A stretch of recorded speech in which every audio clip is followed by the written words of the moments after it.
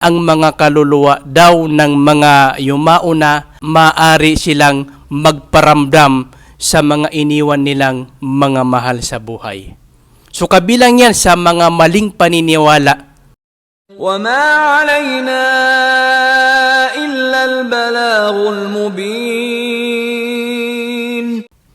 Alam po natin na si Syaitan, ang kanyang pakay sa atin ay ang tayo ay iligaw sa landas ni Allah subhanahu wa ta'ala. At kabilang sa kanyang mga plano ay ang sirain ang ating akida, sirain ang ating mga paniniwala. Kaya gumagawa siya ng mga paraan para masira ang ating mga paniniwala. Si Syaitan, binigyan siya ni Allah subhanahu wa ta'ala ng kakayanan na makapag-anyo ng katulad ng anyo ng hayop, maski anyo ng tao ay nakakayanan niya ito. So kung mayroon mang nakikita yung tao, yun po ay Syaitan. Nag-anyong kamukha lamang ito ng namatay na para paglaruan ang isipan ng tao, sirain ang akida, ang paniniwala ng tao. At siya ay nagtagumpay dito, mga kapatid. Nagtagumpay siya sa napakarami mga tao na napaniwala niya na ang mga kaluluwa ng mga yumauna ay maaari silang magpakita o magparamdam sa kanilang mga naiwan ng mga mahal sa buhay. Kabilang po ito sa mga maling paniniwala na taliwas sa paniniwala sa relihiyong Islam. Kapag ang tao ay namatay na, siya ay lilipat na sa ibang dimensyon, ibang mundo na kung saan iba yan sa mundo na kinalalagyan natin ngayon.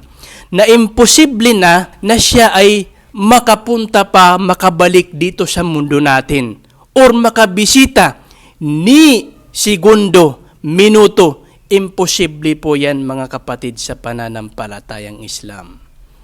Pagkatapos nating lisanin ang mundong ito sa pamamagitan ng kamatayan, tayo ay lilipat na sa ibang mundo. Mayroong tinatawag na bahaya barzakhiya. Yung buhay sa libingan, ito yung buhay bago pa man tumayo ang araw ng paghuhukom ni Allah. So, ibig sabihin, kapag mamatay yung tao dito sa mundo, kapag mamatay na siya ay lilipat sa barzakh.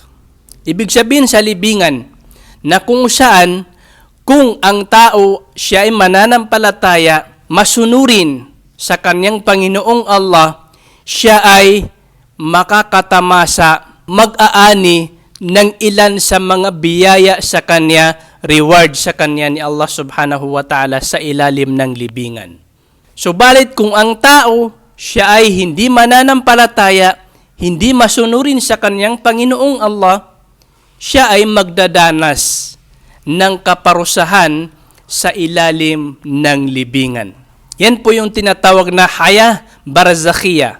Buhay bago pa man dumating ang araw ng paghuhukom. Kaya wala po sa ating paniniwala yung mga ligaw na kaluluwa, mga kaluluwang bumabalik dito sa mundong ito para bantayan, bisitahin, magparamdam sa kanilang mga mahal sa buhay na naiwanan o kaya ano paman. Imposible po yan, mga kapatid. Wala po yan sa paniniwala natin sa ating agama na Islam.